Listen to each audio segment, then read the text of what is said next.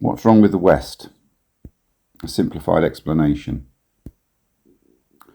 Somebody once created the term hypernormalization. It describes collective denial, when everybody knows something is wrong but everyone pretends it's really fine. The documentary filmmaker Adam Curtis used the term to describe the situation in the Soviet Union prior to its collapse in 1991. We are in a state of hypernormalization in the West today. A situation where many people seem to understand that the West is facing economic and moral crisis, but too many of us pretend that there is nothing wrong. This hypernormalization starts at the very top of politics and the economy, and trickles down to the rest of us from there, whether there is Westminster or Washington. Hypernormalization is, in reality, a fake or false consciousness. So therefore there is no compelling holistic theory to explain what is happening in the West and what we, ordinary people, might need to do to fix it. This recording is an attempt to put that right by getting as many of us as possible to consider the issues. Maybe the reason there is a lack of a holistic theory about the West's increasing failure is due to our collective unwillingness to confront the reality that we no longer have a productive, value-generating economic system based on the Western worker creating actual goods that have real value. As we will examine later, adverse economic factors have also created a Western world that has too many of us failing to add social capital to our communities via stable families and social networks plus healthy lifestyles. We've lost or exported our ability to survive collaboratively and to maintain ourselves materially, a situation that is adversely affecting our children's mental and physical health. Instead, we choose to live in an ultra-processed world where we obsess about the past, immersed in a consciousness which is the inheritance of hundreds of years of Western culture and rights. But this, like the consciousness of those newly arriving in the West, is a consciousness we barely understand. For the Westerner, our consciousness is increasingly at odds with the West's actual economic and social reality, but because it underpins Western people's legitimate expectations, we must not abandon it completely. So the consciousness we carry around in our heads has some important and enduring relevance, but has some elements we would do well to reevaluate. We must learn more about our Western consciousness and the Western world it is both built upon and influences. We need to do this if we are to put the West back on the right economic path and protect our basic values and freedoms from people who either don't like them or want to destroy them. To enable us to feel secure in our world of the past and to ensure that people could still pursue the Western dream of wealth and affluence, we've had created for us an economic system based largely on valueless wealth and worthless money generated by governments and the banking system. This lack of real economic value has, as we slowly approach the mid-21st century, caused changes to our cultural and moral reality. Changes I will describe later on. Relentless economic failure, due to declining levels of Western profitability, has forced us into wealth creation. Put it another way, we now manufacture wealth rather than manufacture things. One consequence of this is that grossly unfair wealth distribution is becoming one of the West's worst moral characteristics.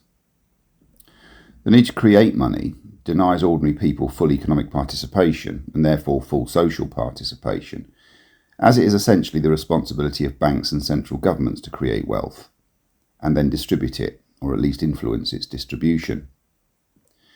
To help us understand the issues, we need to start by looking back at the social and economic trajectory of the West from about the 14th century onwards. This period was the long lead up to the English Civil War, a war that became the first of the world's middle-class revolutions that secured the future of the middle class in all capitalist and, as we will discover, even ex-capitalist states in the West, until the present time. It was around the 14th century that a new form of consciousness was very slowly emerging. Plague had destroyed some of the old certainties and shaken society, forcing wages to rise and enabling serfs to leave depleted estates in search of work or to participate in foreign skirmishes as foot soldiers and mercenaries. This freedom created a new sense of enforced self-sufficiency absent in the highly stratified, status and religiously observant feudal system.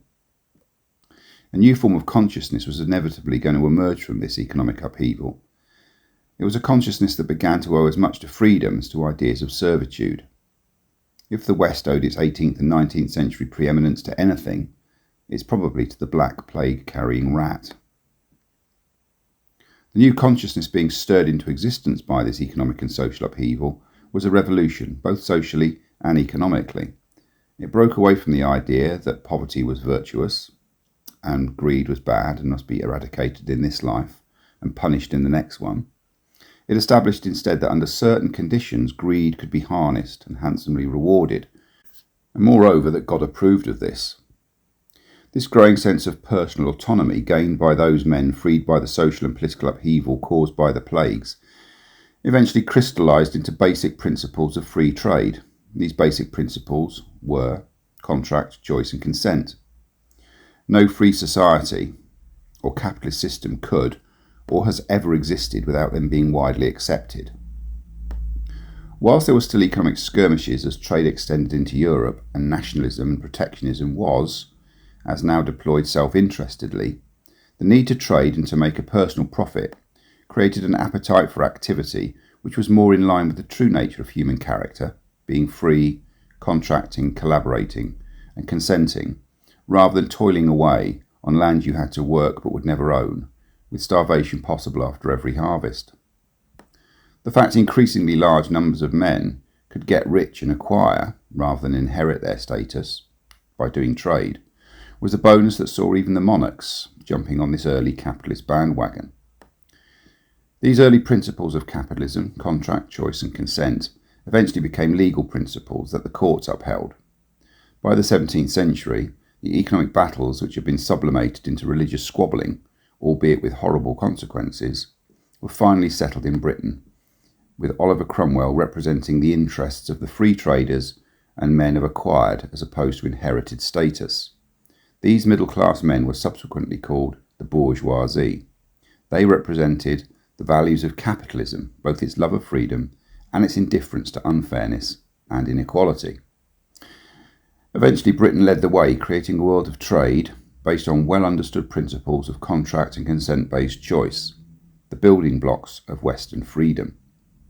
The Protestant ethic of hard work was the other ingredient which forged a new and for some harsh and indifferent economic reality, and formed the capitalist system the economist and political philosopher Karl Marx referred to in the 19th century as anarchy.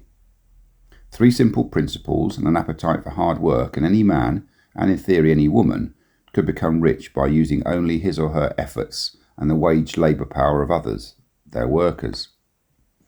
The Jewish community was empowered by this economic model too. Unlike feudalism and Catholic religious control, capitalism was not interested in a person's religion, just their ability to use their hard work and talents within a legally enforced economic framework built upon consent-based choice and contract. That this model made people greedy is not in doubt. There was no upper limit to how much money you could make or how much you could exploit your waged workers to increase your personal wealth. So greed became a sort of new common sense, replacing the old common sense of poverty being a virtue.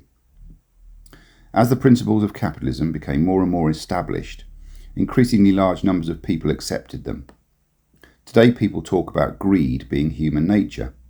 However, greed, whether it is for wealth, status or power, is only human nature because we have an economic system that rewards greed socially, financially and politically, and makes our consciousness believe greed is an unavoidable natural reality. If we really want to save the planet, maybe the answer is to challenge this basic and widespread belief that greed is unavoidable. It has simply become a false common sense, part of our false consciousness. So successful was Britain and British capitalism that from the 18th century onwards, Britain was able to extend its social and economic reach and spread its legal and economic model to other lands, not just by force, as had been the case with previous imperialisms, but because trade was profitable, and by unleashing greed it broke tribal or caste shackles, a process which became somewhat contagious for those liberated by it. Friedrich Engels, the 19th century economist and philosopher, commented in a letter to Franz Mehring, "If only Richard Lionheart and Philip Augustus had introduced free trade, instead of getting mixed up in the Crusades, we should have been spared 500 years of misery and stupidity." His point has relevance. The freed serfs had discovered that contracts based on consent and choice, whilst being challenging for the majority, were better than earlier social and economic models such as feudalism and slave societies. With capitalism, a few people in Britain's colonies could get rich too, although how the capitalist system operated clearly favoured white people with money over their poorer black counterparts, as racism by people was a powerful feature of imperialism, even if capitalism as a system was indifferent to a person's race. Therefore, the story is not all good. Capitalism was, and where it still exists, is exploitative, just like its predecessors, slave societies and feudalism. So while some got rich, it was at the expense of the masses of poorly paid, waged, as opposed to slave workers. From the 19th century onwards, reformers and then trades unions and governments, as well as local and national leaders in the British colonies, pushed back against the exploitative character of capitalism.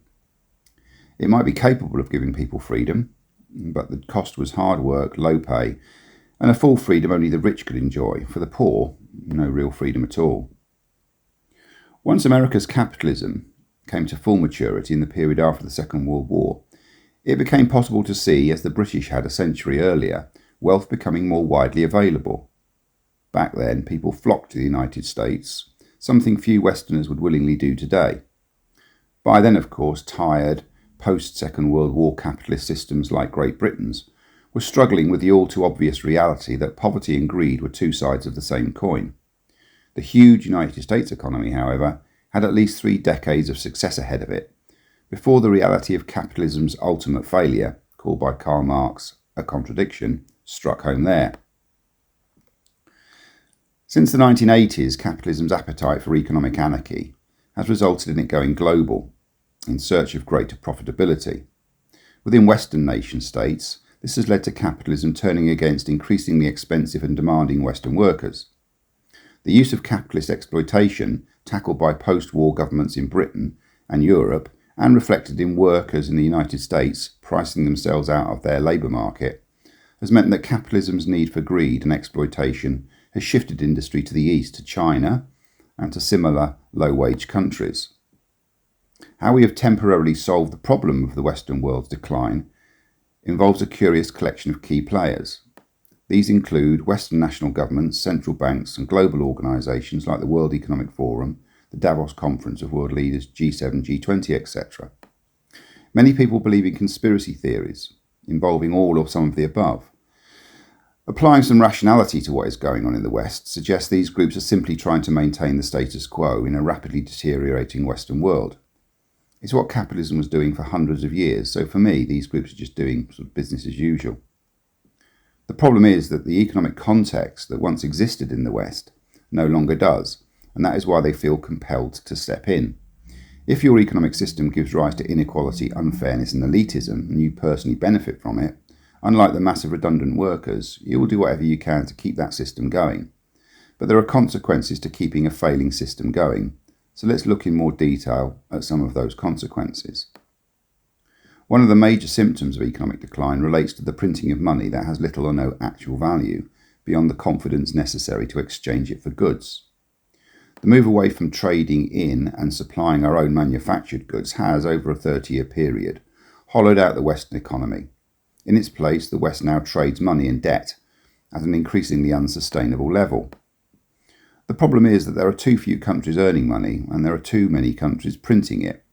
Real profitability isn't happening in the West, which is now totally dependent on mortgages, personal, student and government debt. Debt has become the economic default position and is now a normal part of everyday life for working people. Within this system, however, only the elite is getting rich and no one but the poor will suffer. The major characteristics associated with Western failure, which serves to protect the elite, is the use of that debt to prop up spending. Spending expands the service economy as well as a now more commercially informed and influenced public sector.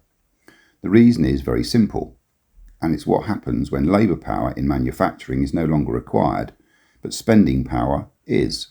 Something has to fill the void, and that something is debt. Historically, the relationship between debt and economic value was a little more obvious. You must create more value than money you borrow, so you can pay the interest on your borrowing. But what happens when this model fails when the option to borrow to create value is no longer available. Well, in the past, recession will strike and factories will close. This is bad news for everyone. In 1930s Europe, fascist movements were a reaction to capitalism failing within societies that demanded unfairness, elitism and inequality, and of course, affluence. To understand this, we can look at the experience of Germany. Hitler took advantage of conditions within which the middle classes were fearful of losing their status because the workers had lost their jobs. The Nazis stepped in to expand the state. It sounds familiar, doesn't it? It was a global phenomenon, and back then it needed a military solution as the West's economy was largely heavy industry, manufacturing and armaments. The fact that so much of Europe went fascist indicates it wasn't just the racism of the Nazis that explains what happened. It was the growth of the state in the face of capitalism's predictable failure and the middle classes clamouring for survival. Today the economic context isn't vastly different. However, we currently do not possess the ability to have complete control of our economy on a continental or even national level. So we can't legislate to return our jobs from China to Europe or to the United States, and we can't really go to war. So we need to ensure exporting Western manufacturing jobs looked like a good and credible economic strategy. And to do this, we make sure our global elite stay rich and our consumers stay happy with top brands at affordable prices and streams of credit are available as required. It first started to become obvious by the 1980s that Western capitalism was in terminal decline. The public's expectations, however, changed very little. An individual's Western consciousness, shaped by unfairness, inequality and elitism, greed in other words, isn't going to drop 2 gears overnight just because the economy is tanking. So a new economic model was created and developed involving governments, markets and the financial system. The problem with this model is it lacks long-term credibility. In the absence of profitable manufacturing jobs within Western economies, the link between production, people making things and being paid a wage, and consumption, people then buying things with their wages, is severed. In the absence of wages for workers, the demand for goods manufactured abroad can only rely on debt because we are not making money from our own productivity, from our own labour power. In Britain from the 1970s onwards, public assets like nationalised industries were transferred to the stock market, making these public assets private, and likewise public housing was offered as home ownership, but this was in reality the transfer of billions of pounds worth of housing assets into the banking system via mortgages, where they're still doing good service, enriching the bankers and providing huge bonuses. The role of the state was inescapable. This was Blair's integration of state, private business and banking, building on Thatcherism's privatisations, his third way. The state aiding and abetting the financial and banking system to create wealth using debt, which was necessary to keep consumers happy, and the reality of inequality, unfairness and elitism intact. There was a compelling need to lower the public's economic expectations of good wages and home ownership too, and to simultaneously make a person's economic failure their fault. What was needed was a new, cheap, accepting, docile and surrendered Western workforce, where greed was good, even for the people who were trapped at the bottom of the system. To ram this point home, the United Kingdom state had another card up its sleeve, indoctrinating the masses of public sector workers into accepting this new system by changing public services into the aspirational model of self-interest and greed, which has always been a feature of capitalism and the free market. Public services were forced to abandon concepts like service, as it wasn't measurable, and didn't fit the performance models that needed to soak up an army of highly paid managers to monitor. This managerialism is in effect a job creation scheme which benefits the middle class, in a similar way to the way 1930s fascist movements achieved the same thing via military dictatorship. It's an attempt by the state to use the state to replace all those managers lost from the private sector when mass employment moved east. With reference to the UK in particular, it's hard to fathom out if Margaret Thatcher and Tony Blair were just the state and financial system's useful idiots, or whether they knew what they were doing. It's likely that for all those who believed in this new economic model, from all political parties and mainstream economists from the 1990s to the crash of 2008, Britain was a thriving country of new build housing developments, renowned artists, restaurants, coffee shops, retail outlets, with aspirational public servants motivated by their performance to higher positions in their hierarchy, and therefore more pay. All of this financed by the banking sector, state and markets, working in tandem to retain the values of capitalism, good and bad, but mainly bad, in the form of inequality, unfairness and elitism, extending these into the public realm in the belief that this will stave off economic and social disaster. By the early 2000s, this picture-perfect Britain had pop stars and movies selling a faked vision of successful cool Britannia to the rest of the world.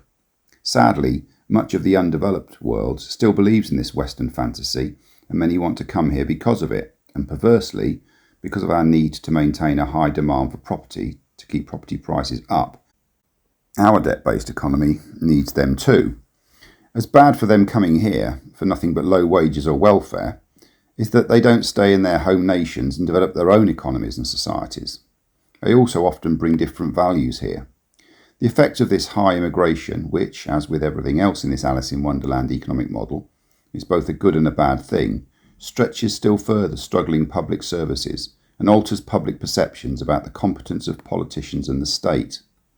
In very simplistic terms, that is the economic context we all now coexist in, from the West to Africa and the Middle East. It's shocking. Manufactured money propping up Alice in Wonderland Western economies, still just about offering freedom, but still based on greed and affluence, and with a new state-orchestrated economic model where the state, banking system and the markets are encouraged to collaborate at the expense of the ordinary worker, relying on mass immigration to keep property values up and wages down. If you consider the causes above, it's not too difficult to see the symptoms of the West's declining fortunes. Just as a cancer is largely symptomless until its latter stages and then reveals itself through growths and pain, so it is with the West and its illnesses. The symptoms of the West's cancer are social, emotional and moral. The causes are, as I've suggested above, economic.